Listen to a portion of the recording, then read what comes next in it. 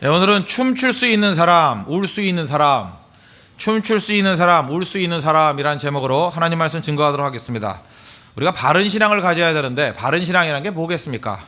제가 볼 때 정직한 사람이 되는 것입니다. 특별히 감정에 대해서 정직한 사람이 되는 것.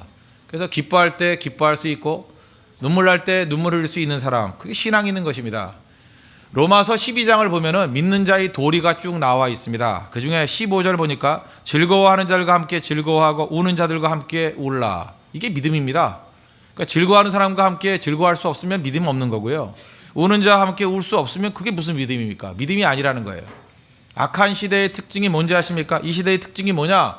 마태복음 11장 14절 보십시오. 이 세대를 무엇으로 비유할까? 비유하건대 아이들이 장터에 앉아 제 동물을 불러 이르되 우리가 너희를 향하여 피리를 불어도 너희가 춤추지 않고 우리가 슬피 울어도 너희가 가슴을 치지 아니하였다 함과 같도다. 피리를 불면 음악이 나오니까 춤추라는 얘기거든요. 춤 안 추다라는 거예요. 슬피 울면 가슴을 쳐야 될 거 아닙니까? 울지도 못하더라는 거예요.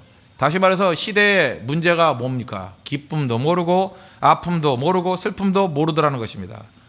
그리고 뭐 하면요 항상 비판만 해요. 공격만 하고. 14절 보십시오. 요한이 와서 먹지도 않고 마시지도 아니하며.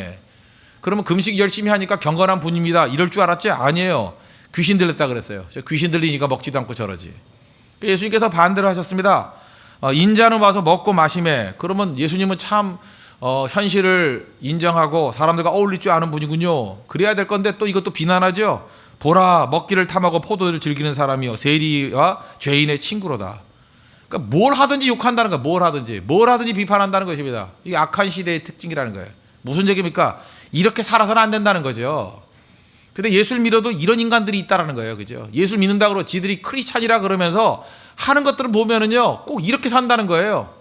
그죠? 안 먹으면 안 먹는다고 귀신 들렸다 그러고, 먹으면 먹는다고 뭐라 그러고, 어쩌란 말이에요, 그러면. 그러니까 이건 악한 자들이고 어떤 사람이 돼야 되느냐? 먹지 않고 마시지 않고 금식하면 무슨 슬픈 일이 있는 거 아니에요? 그럼 같이 울어주고, 먹고 마시고 기뻐하는 일이 있으면 같이 즐거워하는 사람 되라는 거예요. 그게 신앙입니다. 오늘도 그 반대로 노는 청개구리 같은 사람이 있다 그러면 신앙 없는 거예요. 신앙이 뭔데요? 어울릴 줄 아는 겁니다. 어울림, 그게 필요하다는 거예요. 뭐 메시지 다 끝났습니다. 이거 너무 빨리 끝나는 것 같아서 설명을 좀 더 한다 그러면, 첫째, 피리를 불 때 춤추는 사람이 되라는 거예요. 피리 불죠? 춤추십시오. 그게 필요하다는 것입니다. 율동하죠? 율동 같이 하는 거예요. 아니 율동 열심히 하는데 율동 안 하는 사람은 덜 된 인간들이죠. 왜 율동 안 해요? 같이 하는 거지. 그렇지 않아요? 어떤 사람이 통곡을 합니다. 그럼 같이 울어줘야죠. 그게 어울리는 거 아니에요? 그게 인간 아니에요? 그걸 못한다 그러면 그건 뭔가 문제가 있는 사람입니다. 피를 불면 춤출 줄 알아야 된다는 거예요. 어떤 나이든 그 시인이 이런 얘기를 했습니다. 75세 되신 분인데 75년 세월을 살았답니다. 근데 계산해 보니까 정작 즐거웠던 시간은 고작 28일이었대요. 그걸 또 계산을 했는가 봐요. 4주밖에 즐거웠던 일이 없다라는 거예요. 그러니까 치열하게 살았던 분인데 이런 고백을 합니다. 그러니까 우리가 얼마나 즐거워할지 모르고 살아가는지 아시겠죠. 한 75년을 살았는데 고작 28일 즐거웠대요.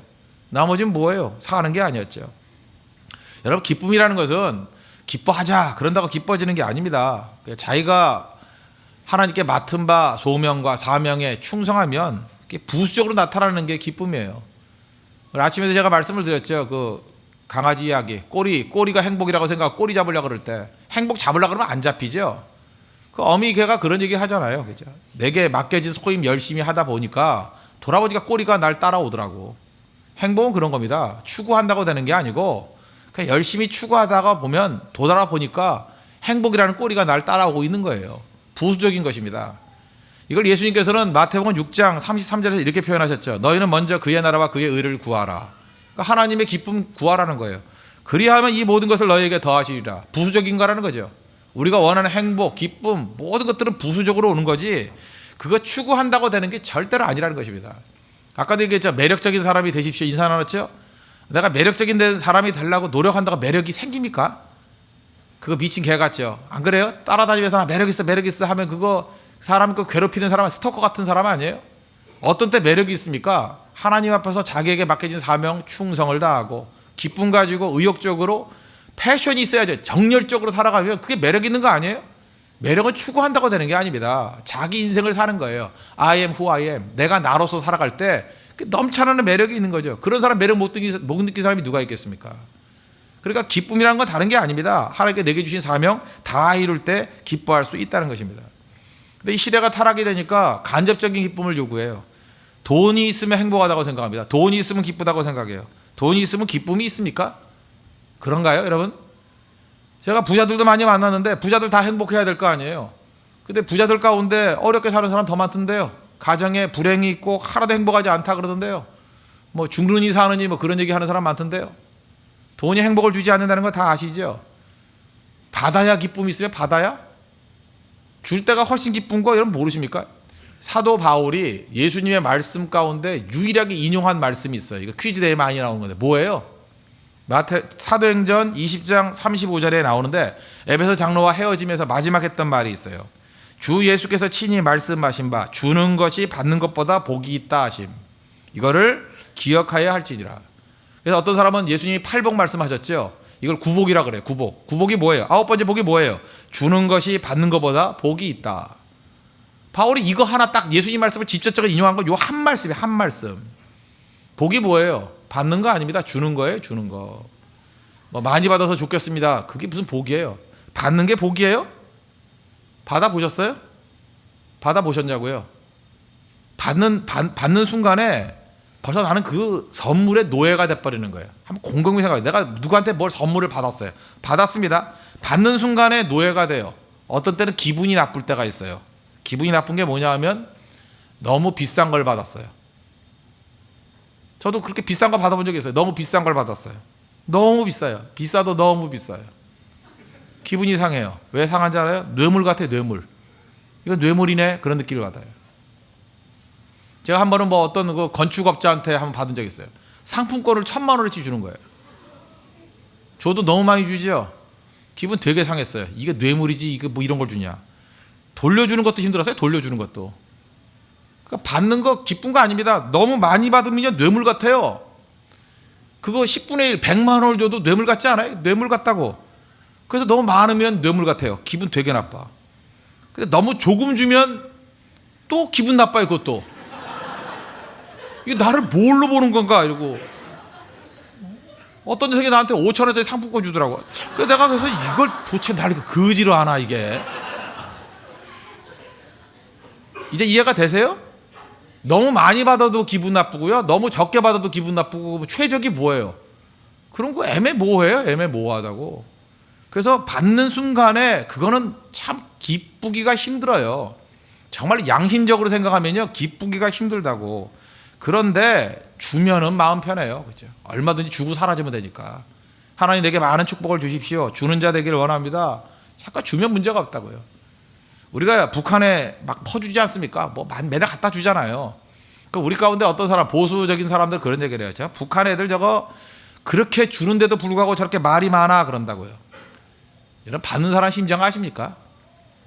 받으면요 자꾸만 신경 쓰여요. 받은 거에 대해서. 그러니까 말이 많아지는 거예요. 북한이 잠깐 받으니까 말이 많은 거예요. 자존심이 상하잖아요.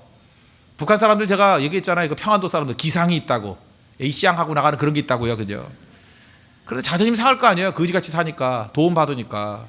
그러니까 자존심 상하는 거예요. 신경이 쓰이는 거예요. 그러니까 말이 많아지는 거야. 이 소리 저 소리 하고. 그 심정 이해해야죠.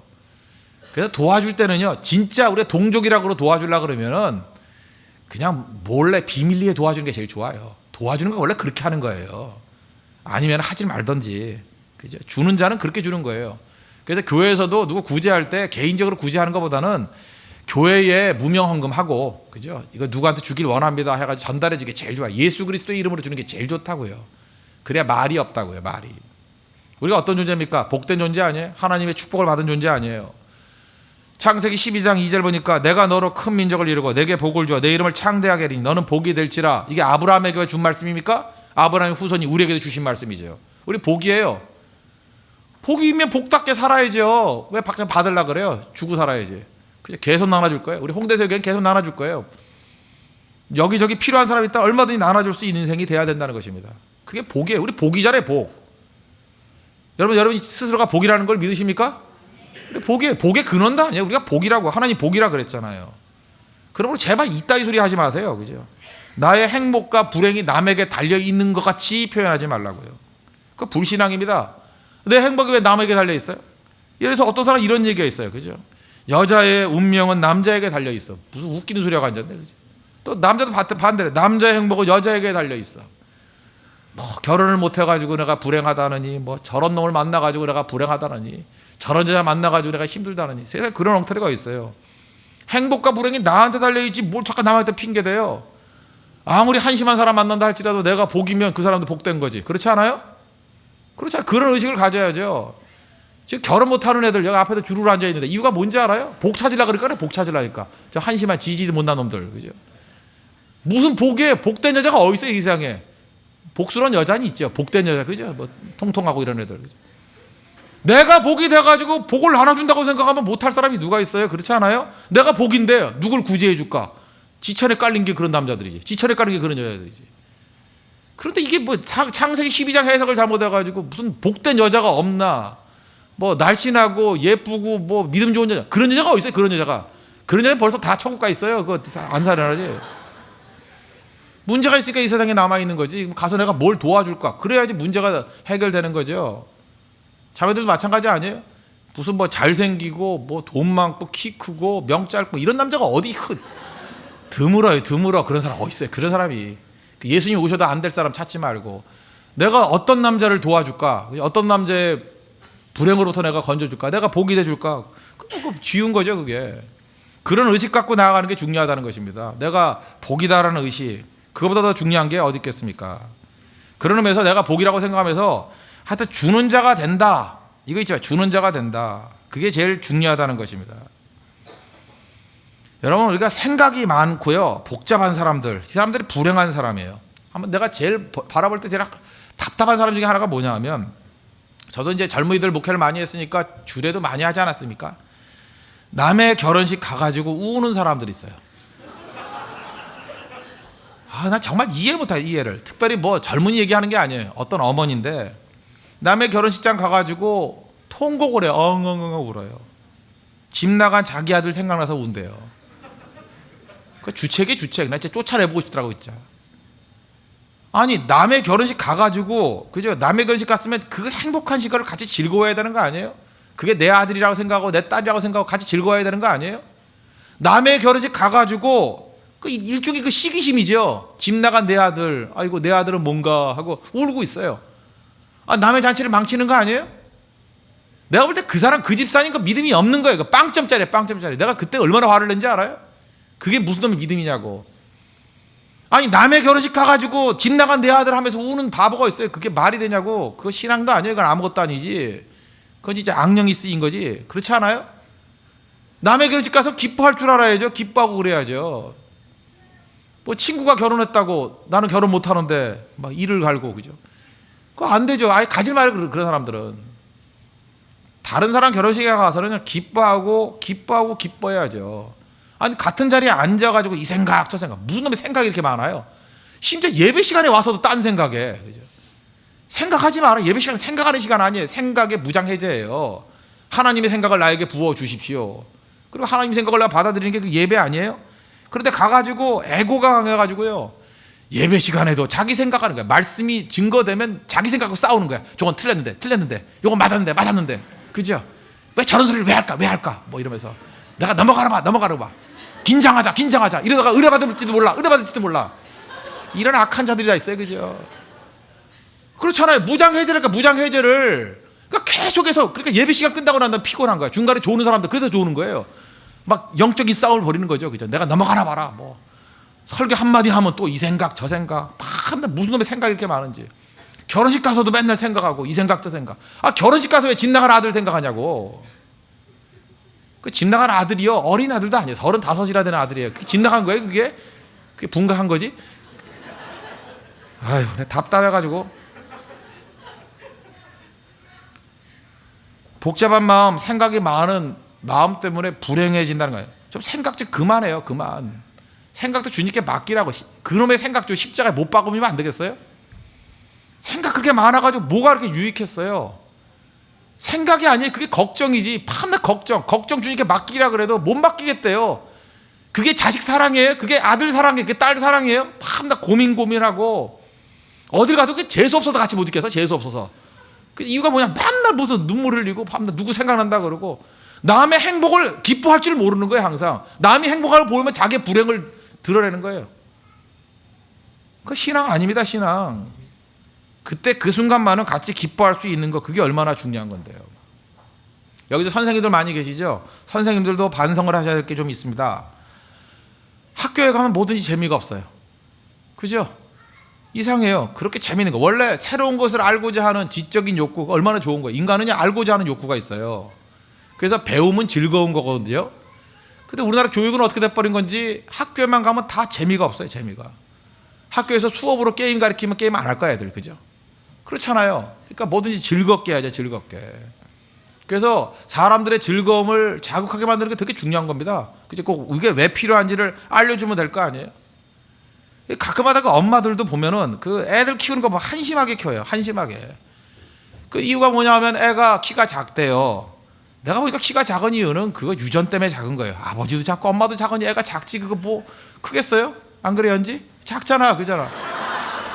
내가 볼 때 이 친구는 많이 안 먹어서 아니야. 내가 아버지도 보니까 아담하게 생기셨고 어머니도 뭐 그렇고 뭐 그래요. 그러니까 불만 없죠. 얼마나 귀여워. 많은 사람이 좋아하고, 그죠? 뭐 견해에 따라 귀여울 수도 있고 뭐 그렇지만 일단 잘해요. 그러니까 다 좋다 이거예요. 그래서 제가 뭐 많이 먹이고 싶으면 뭐 많이 먹이면 키가 큰다고 생각한다고 합시다. 내가 볼 때 제일 한심한 엄마들이 뭐냐면 애가 안 먹겠다는 거 따라가면서 밥 먹여주는 거예요. 애 입 벌려 그러고 입에 넣어주는 엄마들. 아이고 저런 바보 천치가 다 있나. 그 아이는요 절대 키 안 커요. 끝까지 짜리로 끝날 거야 걔는. 정말이네. 저주가 아니에요. 그건 절대로 클 수가 없어. 이유가 뭐냐? 걔는 밥 먹는 게 괴로운 거예요. 아, 밥 먹는 거는 괴로운 일이구나. 밥 먹는 거는 불행의 시간이구나. 엄마가 저렇게 억지로 먹여보니까 내가 인고의 시간을 보내는구나. 걔는 절대로 160 못 넘을 거예요. 그죠? 계속 그러고 살 거라고. 엄마 때문에 엄마의 저주야. 엄마의 저주. 애를 밥 많이 먹게 만드는 방법 가르쳐 드릴까요? 배고프게 만들면 돼요. 배고프게. 안 먹겠다? 주지 말아요. 안 주면 되죠. 한 2끼만 줘봐요. 엄마 밥 줘 그러지. 그래도 주지 말아요. 아, 피곤해 그러고 자빠려요 그냥. 그럼 지가 어디서가 그 무슨 쥐같이 주워 먹던지 할 거예요. 그죠? 더 하나 중요한 게 뭐냐면 애를 먹게 만들려 그러면요 배고프게 만들면 돼요. 어떻게 하면 운동을 시키든지 아니 끌고 다니든지 아니면 뭐 하늘공원 이렇게 끌고 갔다가 와가지고 밥 안 주고 있든지. 그럼 분명히 밥 달라 그런다고요. 식욕이 생기게 만들면은 먹지 말래도 먹어요. 그럼 운동되면 키 쑥쑥 자라고요. 나중에 2m 넘게 자라고 그럴 수도 있어요. 그죠? 아버지는 160이면 애는 2m. 그래서 저 어디서 나왔나 뭐 이런 일이 나올 수 있다고요. 근데 그걸 못 하는 거죠. 그거 왜 그래요? 욕심 때문에. 욕심 때문에. 내 욕심 가지고 키우겠다고. 제발 그런 짓 하지 마십시오. 저는 지금도 목회할 때도 그런 생각이 들어요. 성도들을 억지로 뭐 할까? 나 걱정이 돼요. 나도 또 그런 식으로 목회할까 봐. 억지로 할 말 없어요 저는. 그러니까 교인들 맨날 굶겨버릴 거예요. 힘들게 만들어버리고 내팽개치고 그래 먹을 거 찾아 나올 거 아니에요. 그죠? 넘어지고 깨지고. 저는 그런 의미에서 좀 힘들게 만들고 난 다음에 건질 생각도 있어요. 왜? 그게 하나님의 방법이다. 탕자 허랑방탕하게 될 때까지 놔두잖아요. 왜? 그래야 아버지가 생각나죠. 그래야 아버지 집이 생각나죠. 편장적이었죠. 삼형제가 다 의사인데 첫 번째 형은 병 조짐이 보일 때 다 고쳐버린대요. 둘째 형은 초기 때 고쳐준대요. 그러니까 고마운 줄 모르고 절실함을 모른대요. 그래서 자기는 죽기 직전에 고쳐주니까 명이라 그런 소리 듣는다고. 저도 명이 되려 그래 이제. 명이 되려 그런다니까. 죽기 직전에 건져줘야죠. 그죠? 왜 그래요? 그게 중요한 거라고요. 왜 중요한 거냐?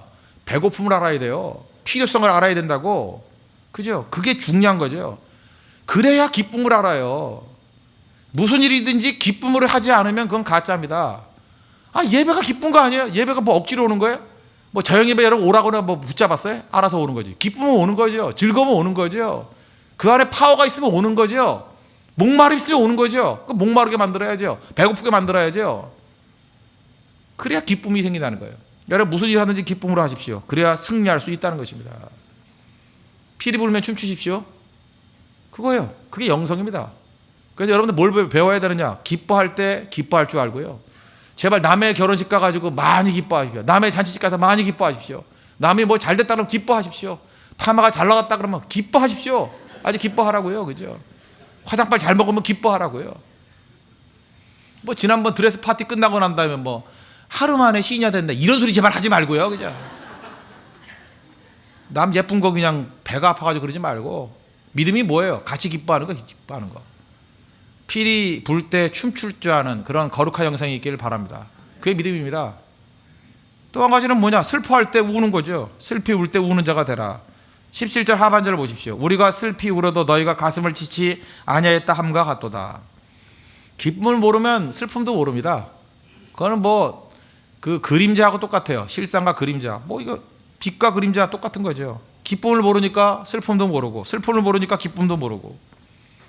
야곱 생각나십니까? 야곱 자존심 무지가 강한 사람이었어요. 근데 창세기 47장 9절에 보니까 바로왕 앞에서 축복하는 얘기가 나오죠. 근데 축복만 했느냐? 축복은 일종의 기쁨이라 그러면 자기 슬픔도 표현할 줄 알았어요. 야곱이 바로에게 아뢰되 내 나그네 길의 세월이 130년이니이다. 내 나이가 얼마 못 되니 우리 조상의 나그네 길의 연조에 미치지 못하나. 그 다음 고백이에요. 험악한 세월을 보내었나이다. 야곱은 자존심 강한 사람이라서 자기 약점 얘기 안 합니다. 근데 자기 슬픔을 얘기하잖아요. 내가 험악한 세월을 보냈습니다. 슬픔을 표현하잖아요. 그러니까 비로소 야곱이 바로에게 축복하고 그 앞에서 나오니라. 슬퍼할 수 있는 사람이 축복도 할 수 있고 기뻐할 수도 있는 겁니다. 그러니까 지금도 이렇게 보면 돼요. 슬퍼할 줄 모르는 사람 있죠? 절대로 남 축복 못해요. 축복하는 사람 있죠? 남들 줄 알고 축복할 줄 알고 기뻐하는 사람 묘해요. 그 사람 슬퍼할 줄 알아요. 이건 같이 가는 겁니다. 둘 중에 하나 뭐가 됐든 간에 뭐든지 먼저 하는 게 되게 중요하다는 것입니다. 여러분 자기의 아픔이 있으면 아픔을 표현하십시오. 그게 믿음이에요. 아프면 아프다 그러고 힘들면 힘들다 그러고 주님 나를 붙들어 주세요 하면 붙들어 달라 그러고. 우리 새벽에도 보면 가장 슬프게 기도하는 분이요 평상시에 기쁜 일 있을 때 가장 기뻐할 줄 알아요. 그게 살아있음이에요. 살아있음. 근데 슬플 때 슬픈 표현도 안 하는 사람 기쁠 때 기쁜 표현도 못해요. 그 뭐예요? 그거 살았다나 죽은 자지. 아무것도 아니지. 슬픔을 표현할 줄 아는 모습이 있어야 된다는 것입니다. 이 세대의 특징이 뭐예요? 아픔도 부인하고 기쁨도 부인하더라. 다시 17절을 보십시오. 우리가 너희를 향하여 피리를 불어도 너희가 춤추지 않고 우리가 슬피 울어도 너희가 가슴을 치지 아니하였다 함과 같도다. 슬퍼할 줄도 모르고 춤출 줄도 모르더라. 이게 무슨 인생이냐는 거예요. 여러분 한번 스스로 한번 물어보십시오. 한평생 동안에 뭐 최근에 한 1년 정도 생각해 봅시다. 진정으로 슬퍼했을 때가 언제예요? 정말 슬퍼한 적이 있습니까? 정말 슬펐어요? 진짜 슬프면요 가슴이 찢어지는 거예요. 가슴이 찢어지는 거고 너무 아파요. 가슴을 쳐야 돼요. 아파가지고. 그런 적 있어요? 좀 1년 말고 좀 더 인생을 더 크게 해봅시다. 한평생을 놓고 가슴 아픈 적이 있었어요? 아픈 적이 있었습니까? 아픈 적이. 아픈 적이 있었던 사람은 사랑을 했던 사람이에요. 사랑이 아픔이거든요. 근데 아프지 못했다는 건 사랑도 아니고 아무것도 안 했던 거예요. 제가 우리 젊은이 좀 이렇게 접근을 하려고 목회를 하려고 팝송을 요즘에 많이 듣고 있는데 제가 옛날에 그 설교하려고 지난주인가 지지난주인가 설교할 때 그 아델의 Someone Like You 그런 노래 소개를 한번 했다고 젊은이 예배 때. 거기 가사 중에 그런 게 나와요. Sometimes it lasts in love. Sometimes it hurts instead. 때때로 사랑은 머무르기도 하지만 때때로 사랑은 아픔을 주기도 한다. 참 나 이 가사가 너무 좋은 것 같아. 이 부분만 딱 얘기할 때 가슴이 뭉클해요. 아이고 뭉클해요. 뭉클해. 때때로 사랑이 머무르기도 한대요. 그 좋은 거잖아요. 근데 그 다음에 그 아델의 그 뭐라 그러죠? 그 흐느끼는 목소리 같으면서 Sometimes it hurts instead. 어떤 때는 되게 상처를 준대요. 와, 그 진실함. 이 여자는 사랑이 뭔지 아는구나. 물론 뭐 가수지만. 그래서 지금 뭐 랭킹 5위까지 올라갔나? 뭐 6위까지 올라갔나? 내가 계속 계속하고 있어요. 올라가라고. 계속 하고 있는데, 그죠? 이제 4위까지 올라갔나? 계속 올라갈 거예요. 그죠? Someone like you. 참 노래 가사가 진심이 담겨 있는 거예요. 진심이. 아파할 줄 몰라요? 그런 사랑이 뭔지도 모르는 인생이 될 수밖에 없다라는 것입니다. 또 뒤집어 놓고 생각해 봅시다. 여러분 진심으로 기뻐한 적 있어요? 좀 끝장 볼 만큼 기뻐한 적 있어요? 너무너무 좋아가지고 와 너무 좋으면 야 이대로 죽으면 좋겠다 그럴 때가 있어요. 그죠? 아 그런 게 있어요? 기뻐도 못해요. 기뻐도 찔끔찔끔 기뻐하고 기뻐할 만하면 또 때려치고 끝장을 봐야죠. 끝장을. 그게 사는 겁니다. 사는 거. 그러니까 하나님 앞에 영성이 뭔데요? 다른 사람이 힘들면 아파할 줄 아는 거예요. 나는 최근에 젊은이들의 사랑을 사랑이라고 생각을 안 해요. 왜냐? 뭐 저희 때도 그렇지만 저희보다 더 앞에 선배들 정말 사랑을 했던 것 같아요. 한 남자 한 여자가 헤어지면요 막 아파하면서 몇 년을 보래요. 몇 년을. 내가 아는 3년 선배가 하는 사람이 있는데 28살에 여자하고 헤어졌어요. 동갑짜리 여자 28살에. 그것도 부모의 반대로, 여자 부모의 반대로. 그래서 눈물을 흘리면서 헤어졌어요. 그러고 난 다음에 그 아픔, 그 사람들이 이제 선교사가 되는데 계속해서 딴 여자는 거들떠도 안 보더라고. 그러다지만 자기 마음속에 그 헤어진 여자만 남아있는 거야. 28살짜리 여자만. 40살까지 결혼 안 했어요.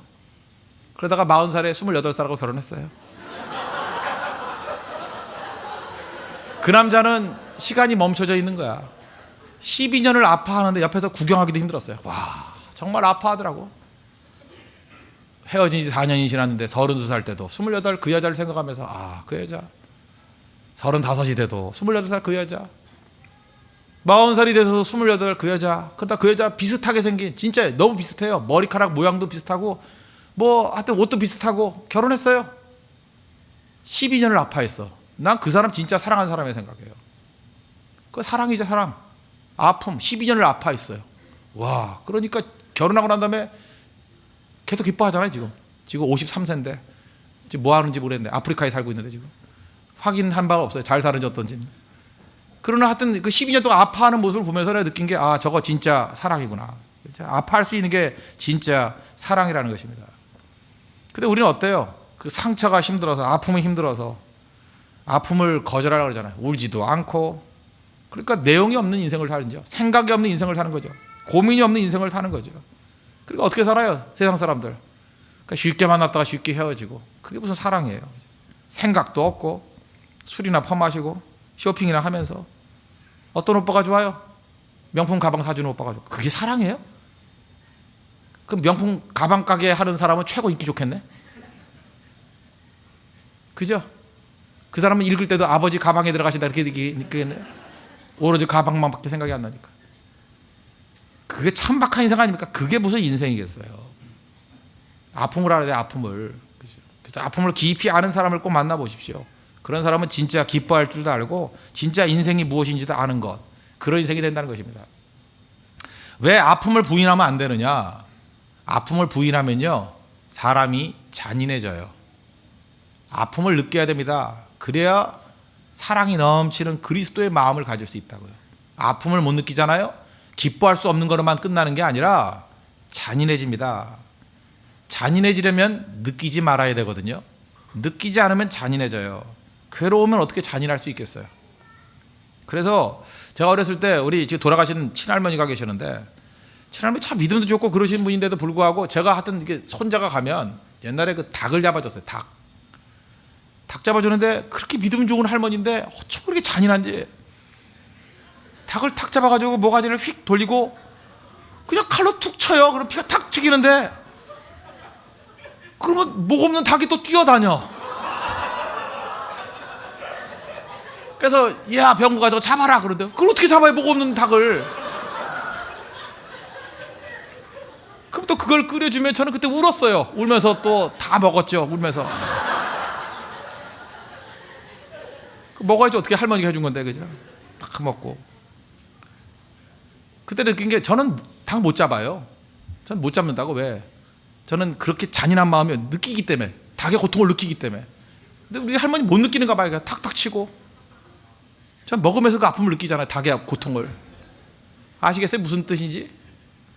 우리는 그 회 먹을 때, 이렇게 회 먹을 때, 그 고급 횟집에 가면요. 아주 날카로운 회를 그 도려낼 때, 살을 도려낼 때 신경을 건드리지 않으면은 그 살이 다 벗겨진 생선이 이렇게 물에서 떠다니는 거 보셨어요? 못 보셨습니까? 생선 살을 다 벗겨놨는데 뼈밖에 안 남았는데 물속에서 이렇게 수영하고 다니는 물고기가 있어요. 그러니까 신경을 전혀 안 건드리고 회를 치면 그렇게 돼버린대요. 우리는 아마 일본 사람이나 한국 사람이나 회를 좋아해가지고 생선 회를 먹으면서 고통 느끼는 사람이 있습니까? 얼마나 생선이 힘들까? 얼마나 고통스러울까? 그런 거 느껴요? 근데 서양 사람은 느끼는가 봐. 우리는 그 살아있는 생선 잡아가지고 꿈틀꿈틀한 거 먹으면 우린 신선하다고 좋아하잖아요. 아, 싱싱해 좋아요. 뭐 더 주세요 이러잖아요. 그거 막 잔인해하는 사람 많아요. 이거 꿈틀꿈틀한 거 어떻게 먹냐고. 그러니까 못 먹는 거예요. 우리는 그 고통을 못 느끼니까 생선회를 너무 좋아하는 거고. 알겠죠? 즐기려 그러면 고통을 느끼면 안 돼요. 그래서 고통을 못 느끼는 모든 순간에 우리는 잔인해진다고. 그래서 하나님께서 하나님 마음을 주시면요, 그래서 세상 만사 다 보는 게 다 고통이에요. 아픔이고 눈물이고. 근데 여러분 그런 분 보셨어요? 예수 믿지 않는 사람 바라보면서 눈물 흘리는 사람. 아이고 저거 지옥 갈 인생인데 얼마나 불쌍한가. 진짜 그래요. 그냥 바라보면서 이렇게 눈물로 돌아다니는 분들 계세요. 눈물로. 전도하면서 눈물로 전도하는 거예요. 꼭 예수 믿어야 됩니다. 그렇죠? 얼마 안 남았습니다. 주님 앞에 서야 됩니다. 심판대에 섭니다. 그 진실함이 있어요. 눈물로 다니는 사람. 왜 그래? 아픔이 느껴지거든요. 사실 우리가 어떤 영혼에 대해서 전도할 마음도 없고 그 영혼에 대한 관심도 없고 이유가 뭐예요? 못 느끼니까. 아무것도 못 느껴요. 못 느껴 잔인한 거죠. 잔인한 것 중에 하나가 뭐예요? 부모에게 전도 안 하는 거 아니에요? 어떤 분은 그런 분도 있어요. 우리 부모님 돌아가시고 난 다음에 교회 나간다고. 그 얘기는 무슨 얘기예요? 지옥 보내고 난 다음에 나가겠습니다. 그 얘기가 똑같은 얘기 아니에요? 못 느끼니까. 그래서 하나님께서 은혜를 주신다는 건 뭐냐 하면 영혼의 운명에 대한 것들을 느끼게 만드는 거예요. 죄의 싹슨 사망이라는 걸 느끼게 만드는 거예요. 그죠? 하나님의 심판을 느끼게 만드는 거예요. 하나님 앞에 서야 된다는 걸 느끼게 만드는 거예요. 그러니까 울부짖는 거죠. 내 죄 하면서. 그래야 회개가 나오죠. 성령이 하시는 일이 뭔데요? 느끼게 해주는 거예요. 보여주는 거예요. 보여주는 거. 우리의 운명을 보여주는 거예요. 우리 죄악들을 보여주는 거예요. 그래서 그때 통에 잡아가잖아요. 우는 거 아니에요. 울부짖는 거 아니에요. 나를 불쌍히 여겨 주십시오 주님. 나를 건져주세요. 느끼는 게 복입니다. 느끼는 게. 느껴야 돼요. 그래서 울 수 있는 사람만이 진짜 능력 있는 종이 될 수 있다는 것입니다. 아픔을 안다는 것은 사랑한다는 얘기와 똑같습니다. 자식들 낳아 보셨습니까? 자식들 낳으면은 이상해요. 애를 보는 순간에 이상하게 불쌍해 보여요. 태어날 때부터 그 핏덩어리가 나오면 그렇게 불쌍해. 그리고 별 생각 다 해요. 이러다가 아빠가 죽으면 얘는 뭔가 뭐 이러고 엄마가 죽으면 얼마나 불쌍한가. 그럴 리도 없는데 불쌍해요. 애들 딱 쳐다보니까 뭐 어떤 때는 우리 집 애들 별로 예쁘게 안 생겼더라고요. 불쌍하더라고. 이거 어떻게 이거 험나간 사람 어떻게 살아? 그럴 때 있었어요 진짜. 요즘에 좀 많이 예뻐졌지만 옛날에 제가 힘들었거든요. 어떻게 이렇게 생겼나? 그리고 왜 날 닮았나? 그러고 근데 그때 얼마나 가슴 아파서 운지 알아요? 한 번은 우리 집 애가 한 번 그런 적이 있어요. 초등학교 때인가 나한테 와서 울더라고. 아빠 나는 이렇게 못생기게 태어났어. 둘이 같이 붙잡고 같이 울었어요. 어떡하냐.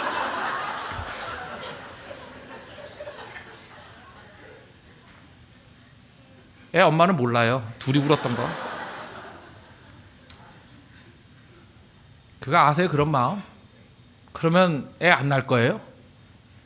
산다는 것 자체가 아픔의 아픔. 어떤 사람은 그래. 교회 안에 우리 교제권에 인벌브 안 되겠대. 왜냐? 상처가 생기니까. 살지 않겠다는 얘기가 똑같은 거예요. 분명합니다. 여러분들 교제권에 들어오잖아요. 누구 만나면 분명히 아플 거예요. 사람과 사람이 부딪혀가지고 아픔이 없는 데가 어디 있습니까? 분명히 불편할 거예요. 그게 생명의 사는 길이에요. 아픔 두려워하는 건 마귀가 주는 마음입니다.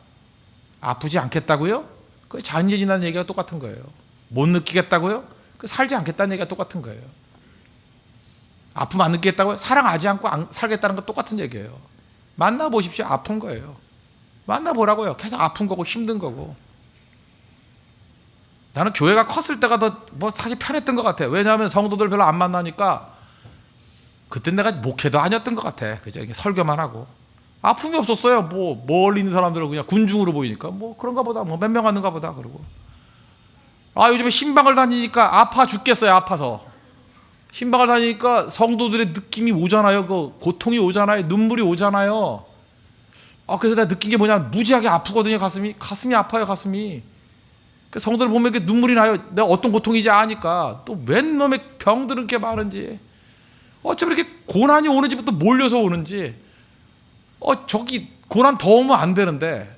뭐 아내가 아픈데 그러면 남편도 건강해도 남편도 또 같이 아파. 또 무슨 뭐 고질병이래.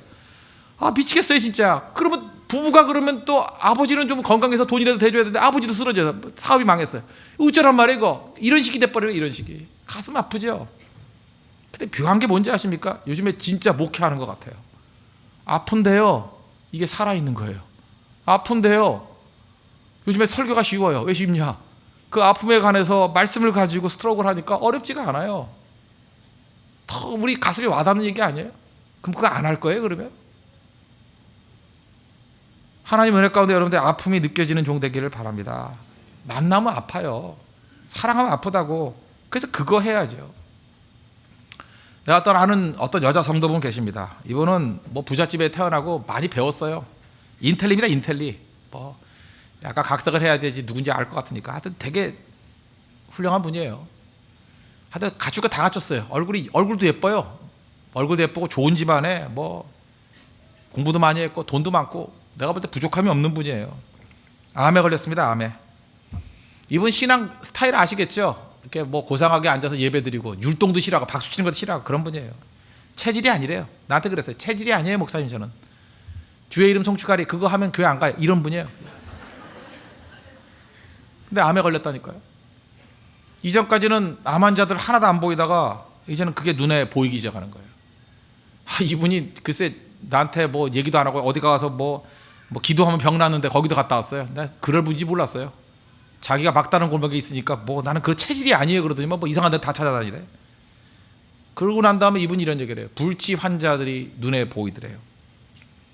이분이 암에 걸리고 난 다음에 변화가 됐어요. 그렇게 고상한 척 하던 분이 기도가 바뀌었어요. 이분 진짜 바뀌었어요 진짜. 뭐라고 기도하느냐. 예수님 저는 죽어도 됩니다. 뭐 진심인지 모르지만 말로는 그렇게 하더라고요. 전 죽어도 됩니다.